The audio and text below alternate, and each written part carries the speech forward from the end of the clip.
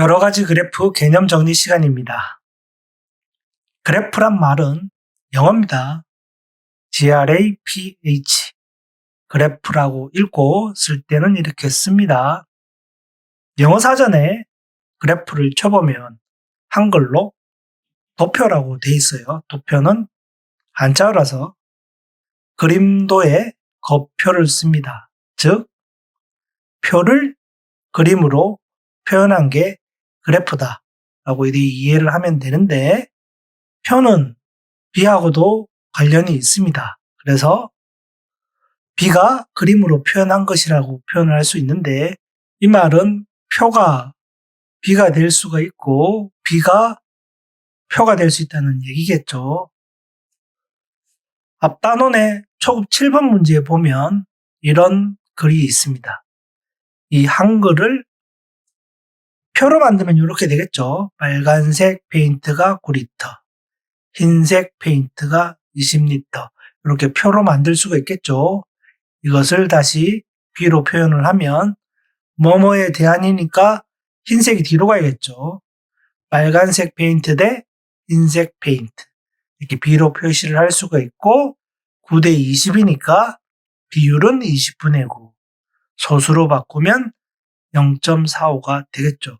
그래서 비가 표로 될 수도 있고 표가 비로 될 수 있다.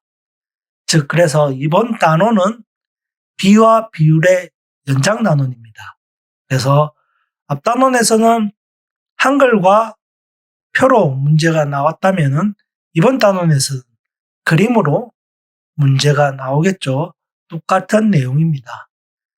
그래서 글자에서 그림으로 바꿨을 뿐이라고 생각하면 될 것 같아요. 예제에 나왔던 비를 한번 더 봅시다.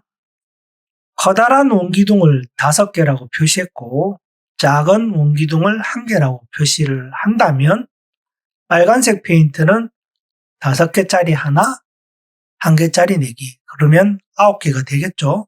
이렇게 그림으로 표현할 수가 있고, 흰색은 20개니까 5개짜리가 4개 있으면 되죠. 이렇게 그림으로 표시할 수 있다. 이렇게 그림으로 표시한 것을 그림 그래프라고 합니다. 5학년 때 띠와 관련된 문제들이 많았었던 걸로 기억이 되는데, 이렇게 띠로도 표시를 할 수가 있습니다. 빨간색과 흰색을 합쳐서 전체를 개수만큼 비율로 나누어서 이렇게 띠로 표시를 할 수 있겠죠. 흰색이 더 많으니까 흰색 공간을 더 넓게 표시를 해줘서 이렇게 표현을 하는 것을 띠 그래프라고 합니다. 그리고 원을 기준으로 빨간색과 흰색을 이렇게 나눠서 표현을 할 수가 있겠죠. 그래서 교과서에서는 그림, 띠, 원 그래프에 대해서 나옵니다. 그래서 이 3가지는 시험에 꼭 넣을 거기 때문에 잘 이해해 둘 필요가 있어요. 그래서 숫자로 표현하는 것보다 이렇게 그림으로 표현을 하면 보기가 편하죠. 그리고 잘 와 닿습니다. 물론 개수가 2개밖에 없기 때문에 숫자가 더 직관적이라고 볼 수는 있는데, 이 표를 보죠. 이 표는 1학기 단원평가라는 표입니다. 국어, 영어, 수학에 대한 성적을 3월부터 7월까지 표로 만들어 본 건데, 숫자들이 많아서 한눈에 보기가 쉽지가 않습니다. 바로 이해가 되나요?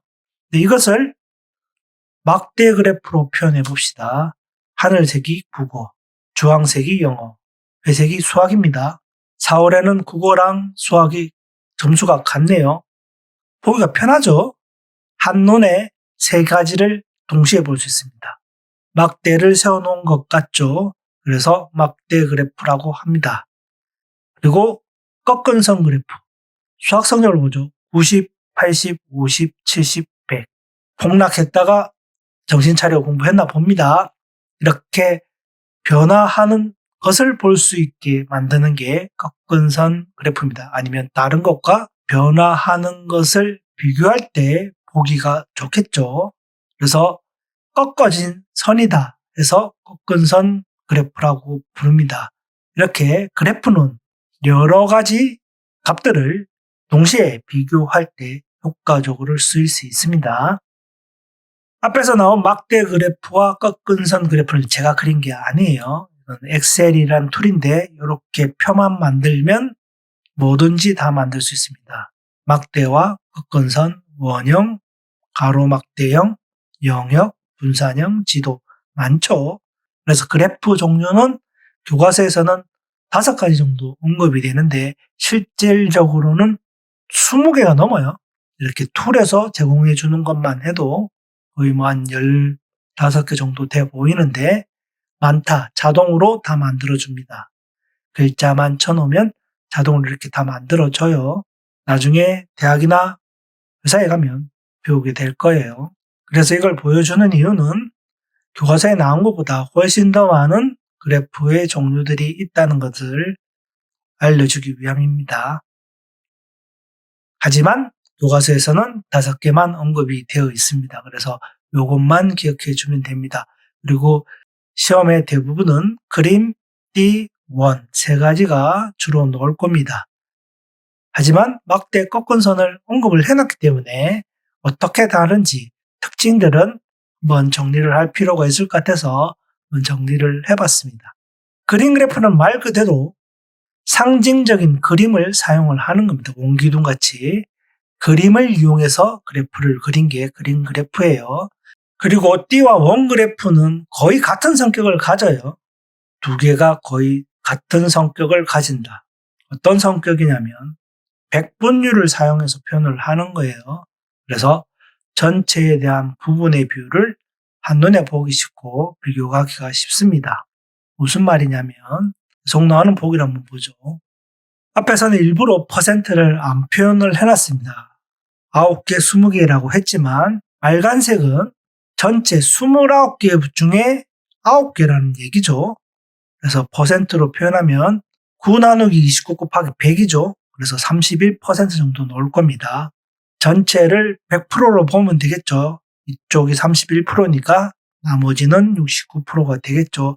이렇게 100분율로 표시하는 게 D그래프입니다. 원그래프도 마찬가지겠죠. 전체를 100%로 두고 나눈 겁니다. 그래서 이렇게 표시를 한다.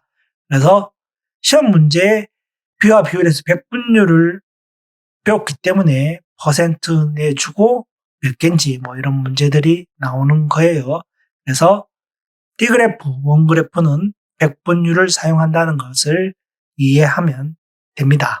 막대와 꺾은 선은 제대로 설명이 안 나와 있기 때문에 특징만 이해하면 될 것 같아요. 앞에서 봤듯이 막대 그래프는 막대의 높낮이를 표현을 한 거기 때문에 수량이 많고 적음을 비교하기 쉽죠.